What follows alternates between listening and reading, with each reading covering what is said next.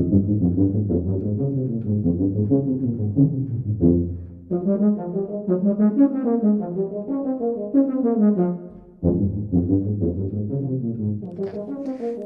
and welcome to this week's ILBI Talks. Today, we have Riley Leitch joining us. Riley Leitch is a trombonist and artist located in Chicago, Illinois, and we went to school together at DePaul, actually, for a few years. And he's, to put it lightly, a crazy fool that I love very dearly. Riley, what did I miss in that very great introduction? Not a whole lot. Yeah, I think since we went to school together, I've kind of jumped further into less trombone playing, but brass pedagogy has kind of been the baseline for it all. Okay. So tell us about, you went to a fairly traditional undergrad and master's program, and, you went to some pretty great trombone studios too. Yeah. And something that when we met, we started this brass quintet together, which was focused entirely on new commissions, new works for the brass repertoire, and even ended up commissioning some really gnarly pieces for ourselves to play. What brought you into that realm? How do you like summarize your influences that maybe got you into music at first, and then showed you and led you into the artistry that you're interested in now? Yeah, sure. So when I got to undergrad at Illinois State University, I was studying with Mark Babbitt, who he's still teaching there actually. And he told me my freshman year, I think you need to start studying scores. And I'd never looked at a orchestral score before. And he said, start with this one. I think you'll like it. And he gave me Rite of Spring by Stravinsky. And I'd never heard anything like it. I couldn't even follow along with the score for more than like 2 pages at a time. I'd get lost immediately. But I kept trying. And then when I was done, after a couple weeks, I went back to Dr. Babbitt, Mark Babbitt, and I said, okay, I'm done with this one. What's next? And then he said,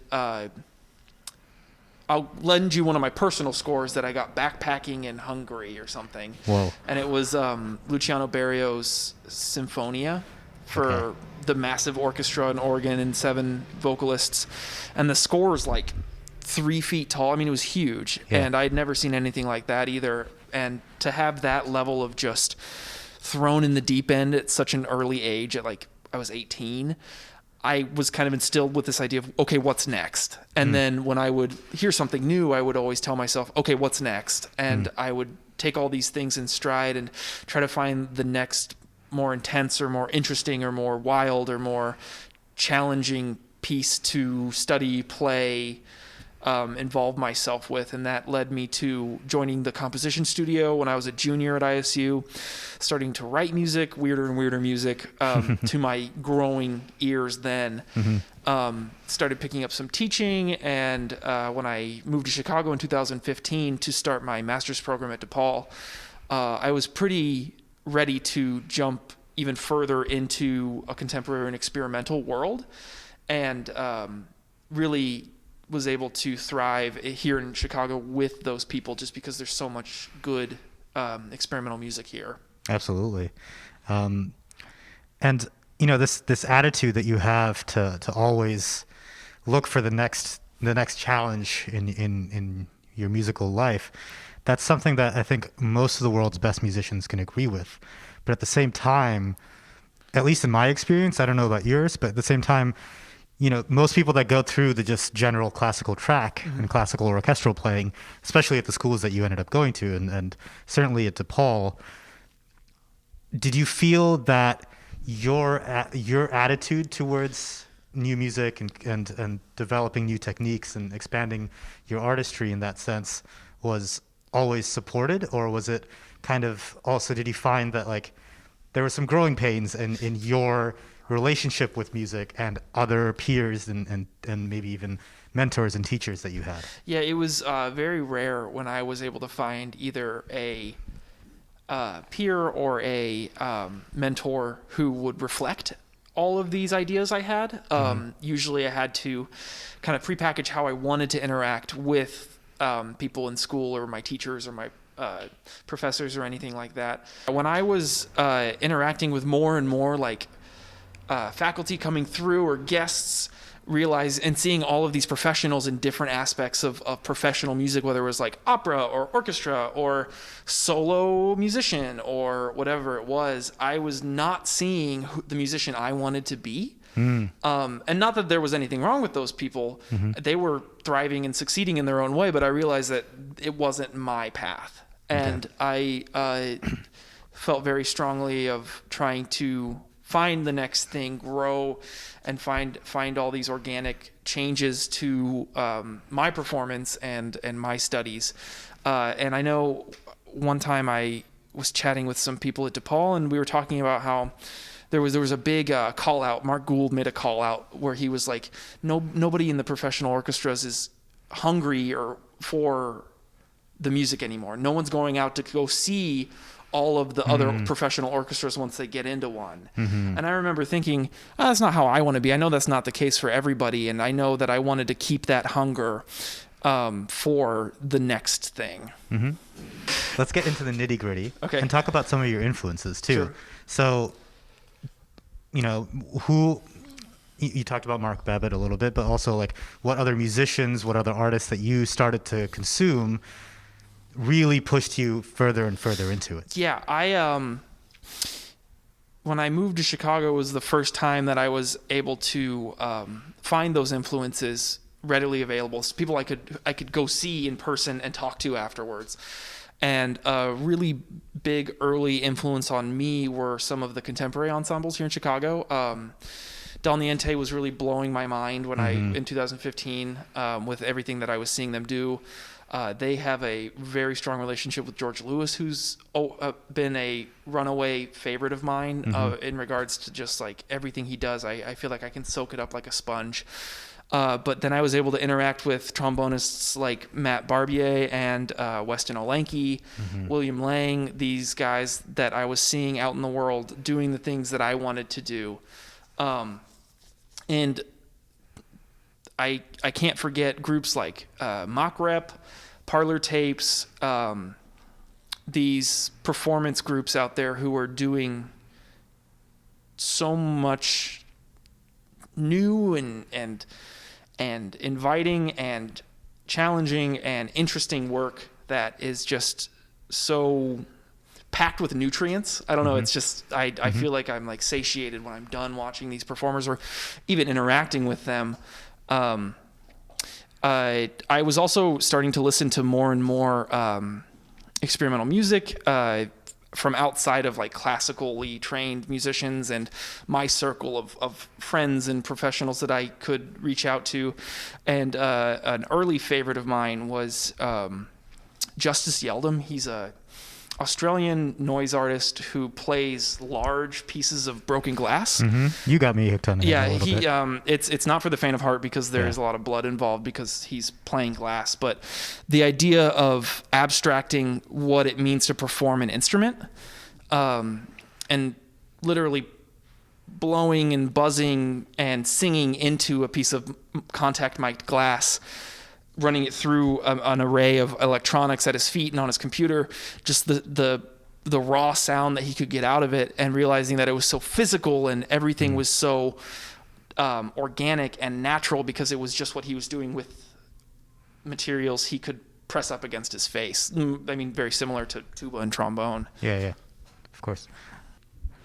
So let's also talk about some of the trombone influences that you've had. You mentioned a few names again. If you could mention them again for our audience. Yeah. In 2017, I went to the Lucerne Festival Academy and was able to actually meet some of my, like people I didn't think I was ever going to meet, like Benny Sluchin was one of them. Yeah. Actually got to play a piece with him, which was like, you wouldn't think that just some kid from Illinois would go to Switzerland and play a 7-piece brass septet with Benny Sluchin, but it was really cool, and I got to study with him and Ensemble Modern's trombone player Uwe Dirksen was also one of my primary teachers, as well as Ivo Nielsen. These are all at Lucerne? Yeah. Okay. And they're like the old guard of the European contemporary trombone world. Sure. And was able to just experience a completely different set of pedagogy, because it was just like night and day compared to what I was being taught in Chicago versus what I was being taught in Europe. But here in America, I've been able to interact with people like Matt Barbier, who teaches at Cal Arts, Weston Olenke, who is just like the wunderkind of electronics and noise and brass, and the guy plays every instrument, every brass instrument for the most part, and can make it sound completely different than you'd ever think it would be. And all these trombone players who are challenging the notion of what does a brass instrument sound like is just the thing that I latch onto the most.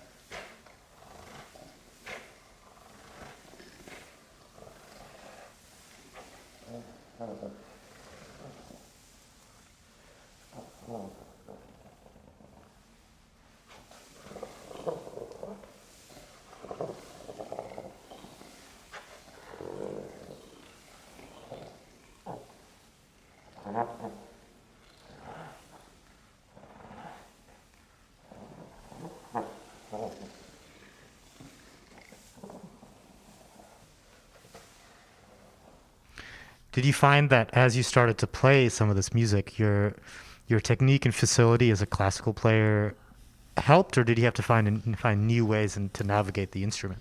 I think there was a good combination of having to unlearn certain things and having to use the things I learned to prepare for certain performances or pieces. There were some pieces that I've played that were so difficult notationally that I really needed to lean on my skills, oral training and musicianship that I learned at ISU and DePaul, things that I picked up and honed in orchestral rehearsals and things like that. But then there have been performances recently where there is no score and it involves things like movement or other disciplines that would require that's stuff I never touched when I was going to school. Okay. And those were the types of times where I had to find a new way of learning. So we both know how tough it is in this industry to carve out our own little sliver of the pie and feel like we can walk around with a sense of confidence and fulfillment in our own artistry. And I don't know about you, but me especially, since I graduated, I've been struggling to find that sliver of mine, because I took this traditional path for so long, and now I'm doing all these different things to kind of make things work. So what in music, in your current musical life, brings you that sense of fulfillment? And then how do you also piece together your life, or how have you pieced together your life to allow you to express yourself in the ways that you have? Yeah, I would say that almost enragingly so, that the thing that helps me find that sliver is actually collaboration. And in today's world, it's just very difficult to do. It's just not the same anymore. But at the same time, I feel this energy and enlightenment from building something with someone else, whether it's just a jam session or a longer collaboration. I think like some of the most fulfilling things I've done have been projects that have started with, I like this, and then the person I'm working with says, I like this, and then we put those things together and it just works because we are ready to meet on common ground and build something together. I did a piece with Kelly Sheehan, who is getting her PhD at Harvard. We did a piece where we both played my trombone simultaneously, and we grew this like little machine out of my trombone where each one of us could have like autonomy over playing with our mouths and moving the slide. And that project had several iterations because we were so in love with it and we just wanted to do more. And your other part of the question was what else outside of outside of your musical life, how do you build a sense of fulfillment in your life that allows you to do things with confidence and care I moved to Hyde Park in 2016, and in an effort to like ingrain myself in the community, I got a job in the community at like a little independently owned grocery store, and I've been working there for about 4 years. And that kind of home base, it has been, I'm really privileged to have that home base, a launching pad for like my creative endeavors, because it's something that supports me and my lifestyle and pays the bills, and I can go home after my job and create what I want to. And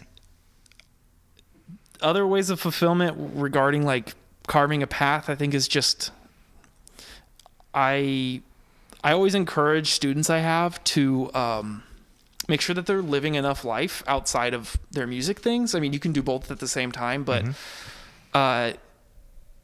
undergrad, there is a certain amount of time that you have to lock yourself in a practice room, but what else are you doing? Like, are you seeing movies with friends? Are you enriching yourself in the community you're surrounded by? Are you bettering yourself through reading or listening or talking, or what else is on top or beside your creative process?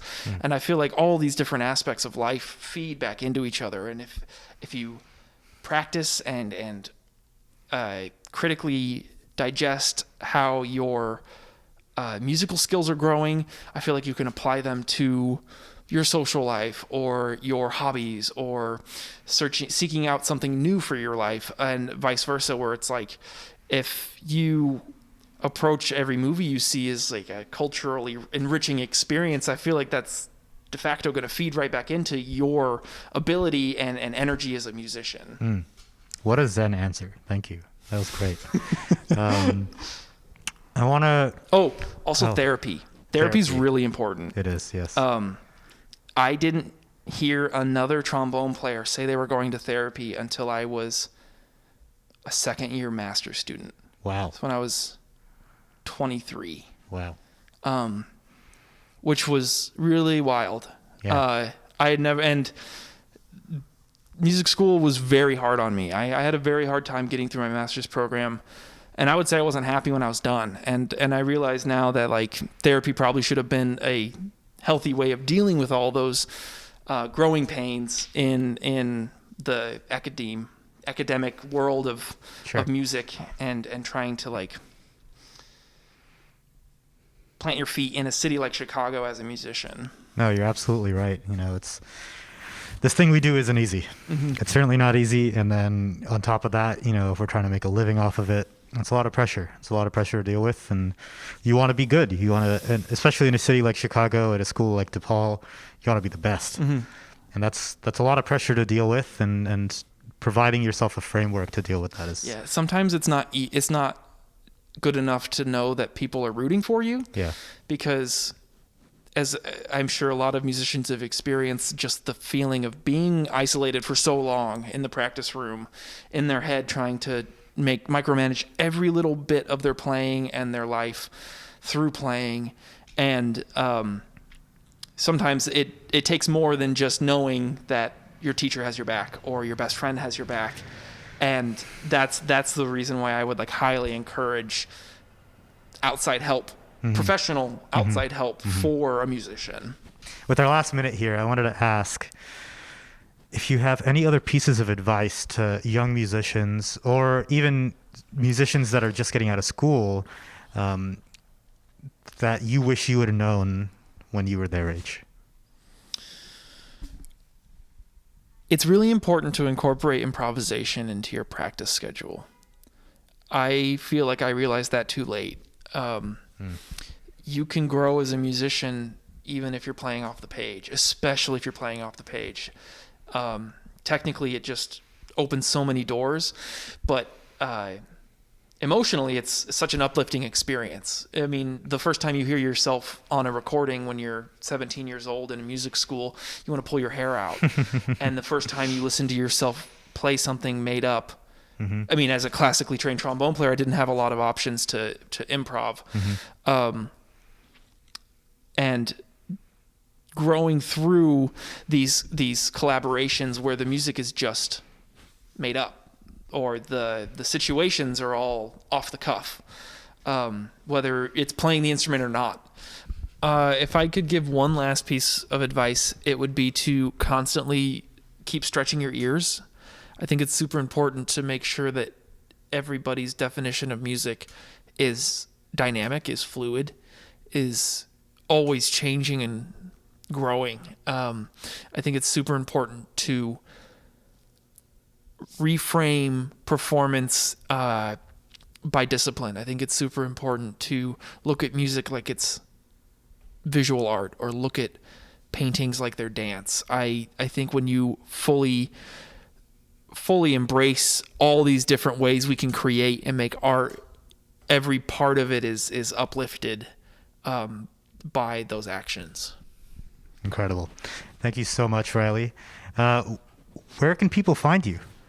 I've got a website. You can go to www.rileyleitch.com, Leitch.